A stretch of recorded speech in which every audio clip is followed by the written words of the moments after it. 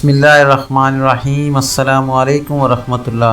سعودی عرب میں منفرد اقامہ مرکز نے ضوابط میں مزید ترامیم کا عزم کا اظہار کیا ہے۔ غیر ملکیوں کو منفرد اقامے کے حوالے سے دی جانے والی مراعات میں اضافہ کیا جا رہا ہے تاکہ انہیں وہ سہولتیں میسر ہوں جو سعودی شہریوں کو ہیں۔ الوطن اخبار کے مطابق منفرد اقامہ مرکز نے ترامیم کا مسودہ تیار کر لیا ہے۔ سعودی حکومت چاہتی ہے کہ منفرد استعداد اور تجربہ رکھنے والے غیر ملکی سعودی عرب کی سیاسی، سماجی اور اقتصادی ترقی میں حصہ لیں اور ترقی کے تحفظ میں سرگرم کردار ادا کریں اور اس حوالے سے سعودی پالیسی کے نفاذ میں تعاون بنیں۔ منفرد اقامہ مرکز نے توجہ دلائی ہے کہ عام اقامہ ہولڈرز کے مقابلے میں منفرد اقامہ ہولڈرز کے لیے متعدد سہولتیں پہلے سے موجود ہیں۔ تاہم سعودی عرب کا اہم ہدف یہ ہے کہ ایسے غیر ملکیوں کو منفرد اقامہ دیا جائے جو سعودی عرب میں مقیم عام غیر ملکیوں سے مختلف ہوں اور وہ وطن عزیز کے لیے زیادہ مؤثر ثابت ہوں۔ مملکت کی پالیسی اور اس کے اقتصادی اور سماجی اور مالیاتی حالات کا تقاضا ہے کہ ایسے غیر ملکی سعودی عرب کا رخ کریں جو سعودی عرب کی نئی پالیسی کے نفاذ میں معاون ثابت ہوں۔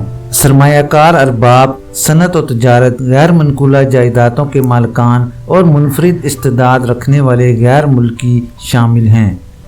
ناظرین، منفرد صلاحیت اور تجربے کے مالک افراد سے وطن کو فائدہ ہوگا، نئی کمپنیاں قائم ہوگی، اس سے مالیاتی اور اقتصادی شعبوں کو فروغ ملے گا۔ منفرد اقامہ ضوابط میں متعدد ترامیم تجویز کی گئی ہیں۔ ان میں سے ایک یہ ہے کہ منفرد اقامہ ہولڈر سے مقابل مالی یعنی فیملی فیس ضوابط پر عمل درآمد نہیں کرایا جائے گا، وہ اس سے مستثنیٰ ہوں گے۔ سعودی عرب کے پرائیویٹ سیکٹر میں کام کرنے والے غیر ملکیوں کے مرافقین سے جو مقابل مالی لیا جاتا ہے منفرد اقامہ ہولڈر سے نہیں لیا جائے گا۔ دوسری سہولت یہ دی جا رہی ہے کہ تعلیم و صحت کی سہولیات سے متعلق جو سہولتیں سعودی شہریوں کو حاصل ہیں وہ منفرد اقامہ ہولڈرز کو بھی ملیں گی۔ ناظرین، اب چلتے ہیں اپنی دوسری آج کی اہم خبر کی طرف کہ سعودی وزارت صحت کا کہنا ہے کہ کرونا وائرس میں مبتلا افراد کے لیے مقررہ مدت کی چھٹی کا اجازت نامہ صحتی ایپ سے جاری کیا جاتا ہے۔ چھٹی کا اجازت نامہ صرف ایسے افراد کے لیے جاری کیا جاتا ہے جو ویکسین یافتہ ہوں۔ سابق نیوز نے وزارت صحت کی جانب سے جاری اطلاع کے حوالے سے مزید بتایا کہ وہ افراد جنہوں نے ویکسین نہیں لگوائی انہیں کرونا ہونے کی صورت میں کام یا اسکول سے چھٹی کے لیے اجازت نامہ جاری نہیں کیا جائے گا۔ اس ضمن میں وزارت صحت نے ٹویٹر مونوگراف کے ذریعے چھٹی کے اجازت نامے کے حوالے سے واضح کیا ہے کہ ایسے افراد جنہوں نے ویکسین کی 2 خوراکیں لی ہیں اور انہیں کرونا ہونے کی صورت میں صحتی ایپ کے ذریعے خودکار طریقے سے چھٹی کا اجازت نامہ جاری کیا جائے گا۔ چھٹی کے لیے ایسے افراد کو بھی اجازت نامہ جاری کیا جاتا ہے جنہیں وزارت صحت نے ویکسین سے استثناء دیا ہوا ہے۔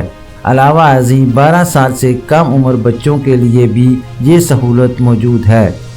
وہ افراد جنہوں نے ویکسین نہیں لگوائی انہیں کرونا ہونے کی صورت میں صحتی ایپ سے ان کے لیے چھٹی اجازت نامہ جاری نہیں کیا جاتا۔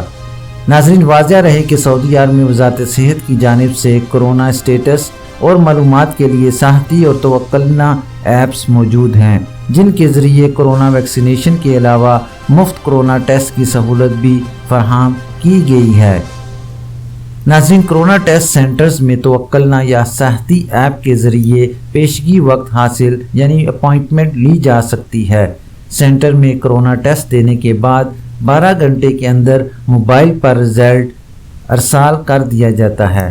کرونا ٹیسٹ کا نتیجہ مثبت آنے پر وزارت صحت کے ذریعے خودکار طریقے سے مصدقہ لیٹر جاری کیا جاتا ہے جس کے ذریعے طالب علم یا کارکن اپنے ادارے سے چھٹی حاصل کر سکتا ہے۔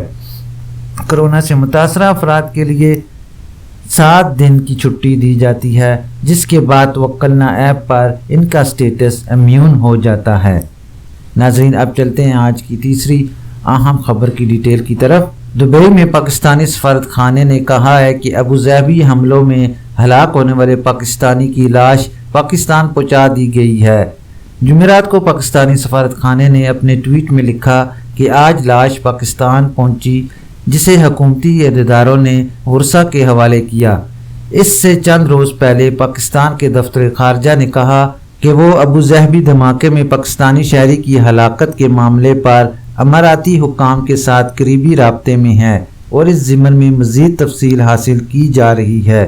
ناظرین، واضح رہے کہ ابوظہبی میں ادنوک تیل کمپنی کے قریب 3 آئل ٹینکروں میں دھماکے کے باعث ایک پاکستانی اور 2 انڈین شہری ہلاک ہوئے تھے۔ ابوظہبی پولیس نے کہا کہ ادنوک تیل کمپنی کے قریب 3 آئل ٹینکروں میں دھماکے کے باعث ایک پاکستانی اور 2 انڈین شہری ہلاک ہوئے۔ امریکہ میں UAE کے سفیر نے کہا کہ ابوظہبی میں ایران کے حمایت یافتہ حوثی باغیوں کے حملوں میں کروز میزائل اور ڈرون استعمال کیے گئے۔ سفیر کا مزید کہنا تھا کہ امارات نے کافی دیر پہلے یمن جنگ کو چھوڑ دیا تھا۔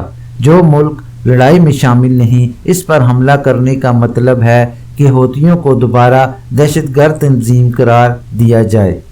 ناظرین، اب چلتے ہیں اپنی چوتھی اہم اور آخری خبر کی تفصیل کی طرف۔ سعودی عرب کے شہر دریف میں اونٹ کی آنکھوں سے نکلتے آنسو منجمد ہونے کے منظر پر مشتمل ویڈیو سوشل میڈیا پر وائرل ہو گئی ہے۔ صارفین حیرت زدہ ہیں کہ آخر سردی کتنی شدید ہے کہ اونٹ کی آنکھوں سے نکلتے ہوئے آنسو تک ٹھٹر گئے۔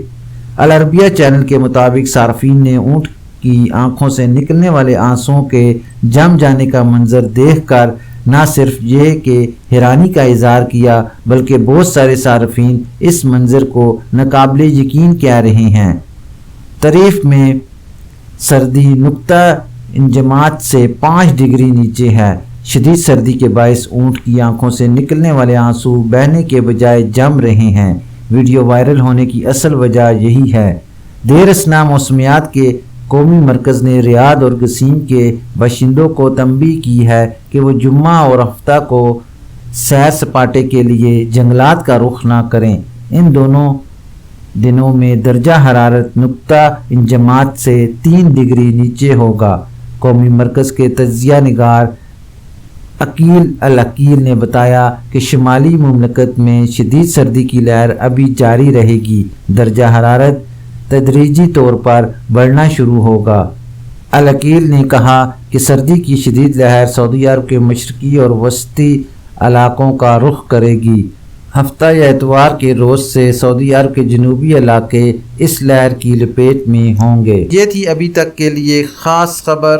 ملتے ہیں نیکسٹ بلٹن میں اسی طرح کی معلوماتی اور اہم خبر کے ساتھ۔ ویڈیو ختم کرنے سے پہلے نئے آنے والے حضرات سے گزارش کروں گا کہ کائنڈلی میرے چینل کو لائک، سبسکرائب اور بیل نوٹیفیکیشن کو اوپن کر لیں تاکہ اسی طرح کی آپ کو بہت اہم اور معلوماتی خبریں بر وقت ملتی رہیں۔ اپنا خیال رکھیے اور دوسروں کا بھی۔ اللہ حافظ۔